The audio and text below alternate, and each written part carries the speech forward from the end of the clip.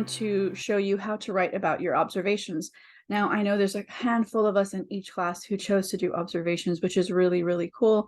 And I'm sorry that most of the time in class we talk about interviews. We don't get to talk as much about observations, but I want to create this video to kind of show you how to deal with observations. So an observation is when you go out and you kind of just watch what people do. It's great for explaining action and behavior. So-and-so did this, so-and-so did this. So we know we have to do our observation procedures. We have to share in our writing our processes or our steps for collecting information. We also have to share our notes, and then we have to, after we share our notes, we have to talk about it. So just like in the interview, you have to share your interview questions and the answers to those questions, and then you have to discuss it. Same thing with observations. You share your steps for collecting information for your observation. You share what you actually saw, so your notes of what you saw from your observation, and then you discuss it. So let's kind of look at what that looks like. And then we'll talk about some extra things that you can do as well. So I have my observation here. I'm going to make it a little bit smaller so you can kind of see it, maybe even side by side. Right. So over here on the left-hand side of the screen, you'll see that I have my steps, right? I'm sharing in a table all the steps that I'm going to take to do my observation. So I want to share my process, my steps. Why do we share? We want to be super transparent with our audience. We want to let them know what it is that we're doing and why we're doing it. And we're also kind of following the scientific method here. We want to be really, really clear about all the things that we did, so that if somebody wanted to duplicate our observation and test our results, they can. So we want to be that detailed in all the steps. So you'll see over here, step one is I have my group. So I'm going to be studying 4 students. Then I'm going to, what are my objectives? What am I looking for? I'm just being really clear about it. So just some things. I use the AI to help me figure out some of this stuff. And then I answered the questions over here. I talked about what I would be doing, right? Obtain consent. So I talked about how I would do that. Do the observations. I'm going to observe nursing students doing their study exam or study session, and then I'll analyze the data. So that's what I'm going to first do, a table just for the steps of my observation. Then the next thing I'm going to do is I'm going to do a table for my notes. And so here you're going to see I put all my notes. I'm guessing I could have probably made them look a little bit nicer or cleaner. I think I might even kind of bullet point them. Oh, that looks much better. So here I say, I have a little table I did my observation already. I went and I observed 4 students at a study session. Now I'm just going to write down everything that happened objectively. So I don't want to put in my opinion, just what happened. Reposition myself because there's a light. Okay.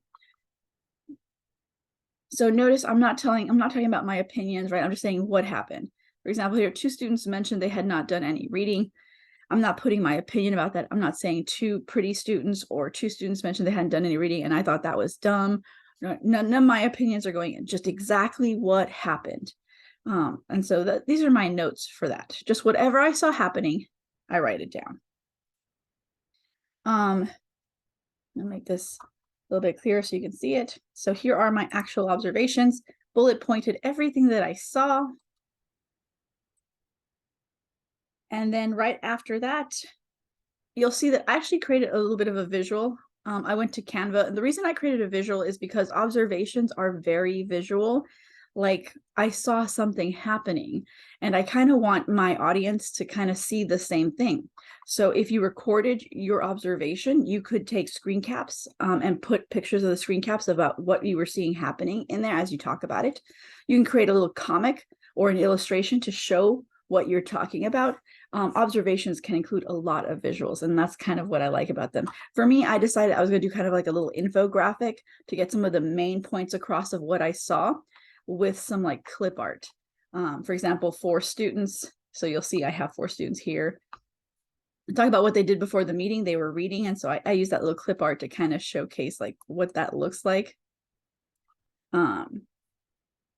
And then, of course, during the study session, they were actually talking a lot. So I wanted to show a little art that would show people talking.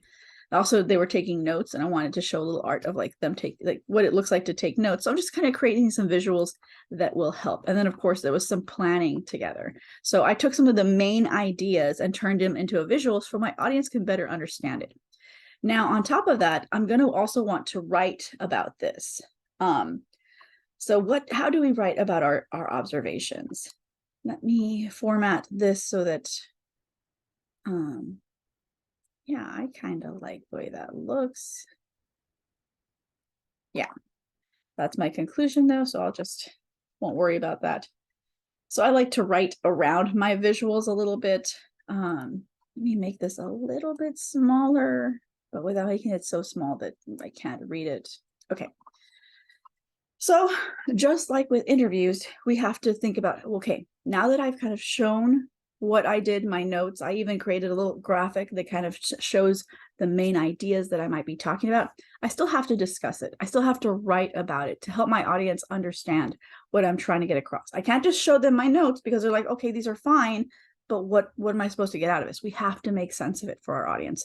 So again, just like with interviews, we can do very similar things. So we can summarize our observation.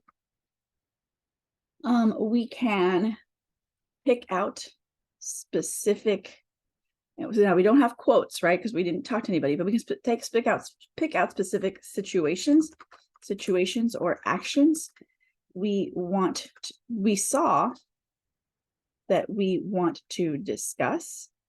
We can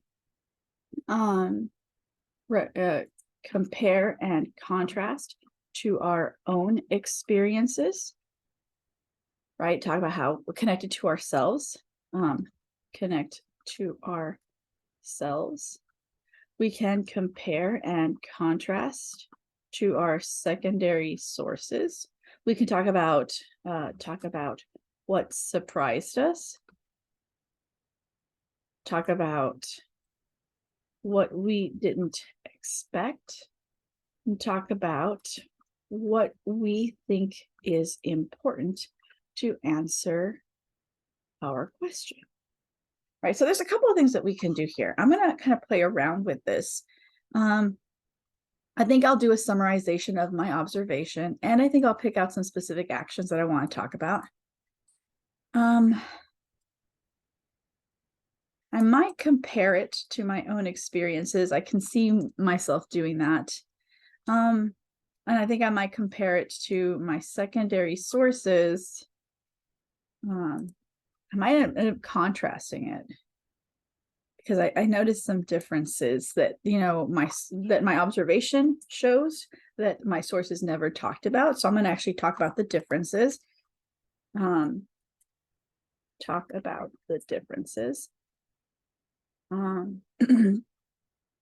have some stuff that surprised me and that I didn't expect. I think these are pretty much kind of the same thing for me. I think I'm going to do a lot of this stuff. So I'm going to get started kind of slowly doing these things. And as I do them, I'm going to cross them off my list. So I'm going to kind of summarize. I began my observation of 4 nursing students during their study session on March the 6th at 3 p.m.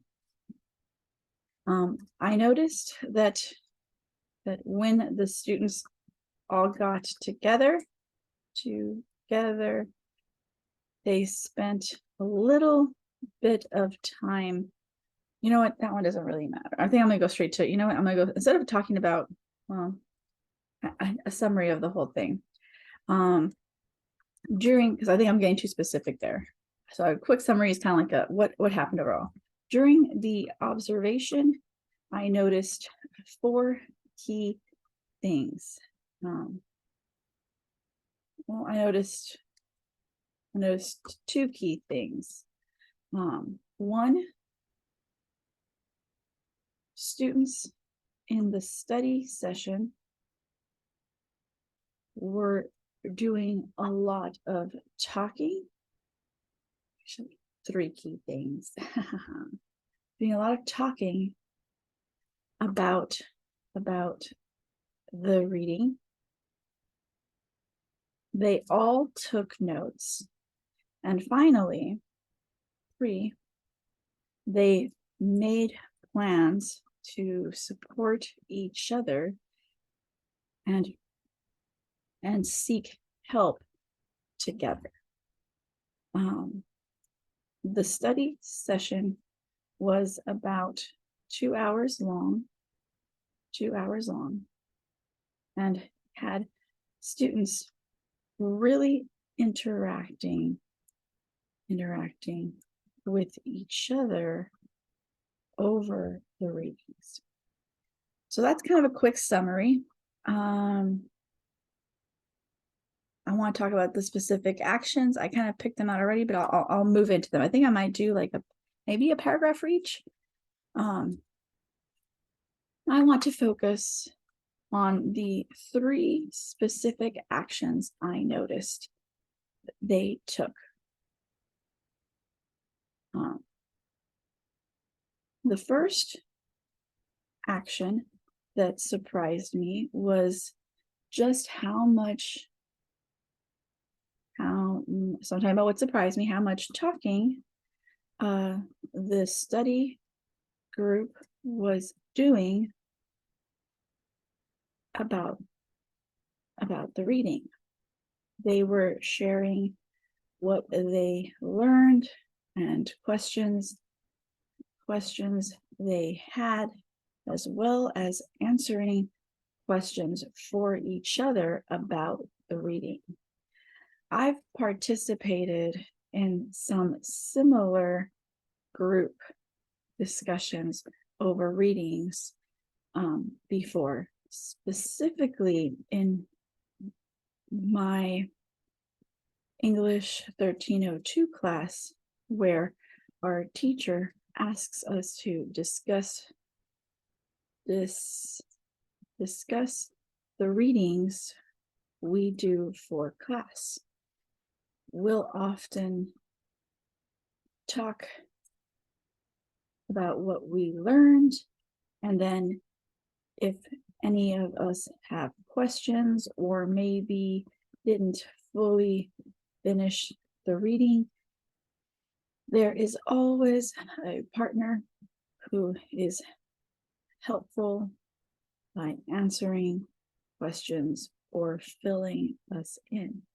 I find it really fascinating that our early English courses kind of mimic the same behavior that is happening in study groups, right?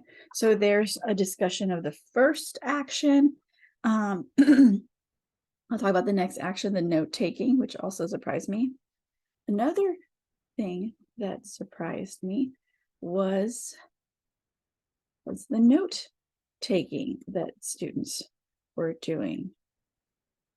They were taking significant notes and even adding to their notes as they discussed the reading. It almost felt like a shared set of group notes, which I think is a really fantastic approach toward note taking. So now I'm going to compare and contrast it to the interview I did. Or if you did another observation, you can compare and contrast it to the other observation that you did. My interview with Dr. Herrera Erdem, I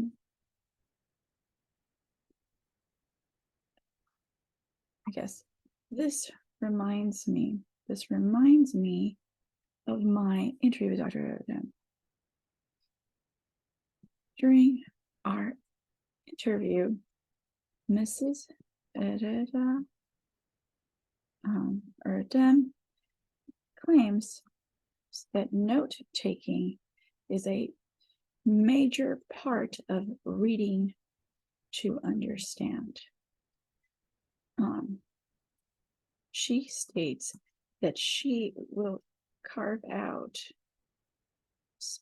carve out time specifically for note taking, and that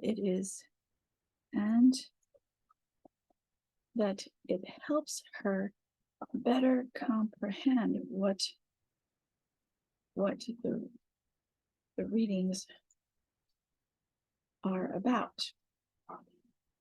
I see the same happening for the students in my observation, but with the added benefit of being able to talk about their ideas and their notes. And then I think I want to talk a little bit about the planning together, which I didn't expect, and then how it all answers my question. So on the note, or continuing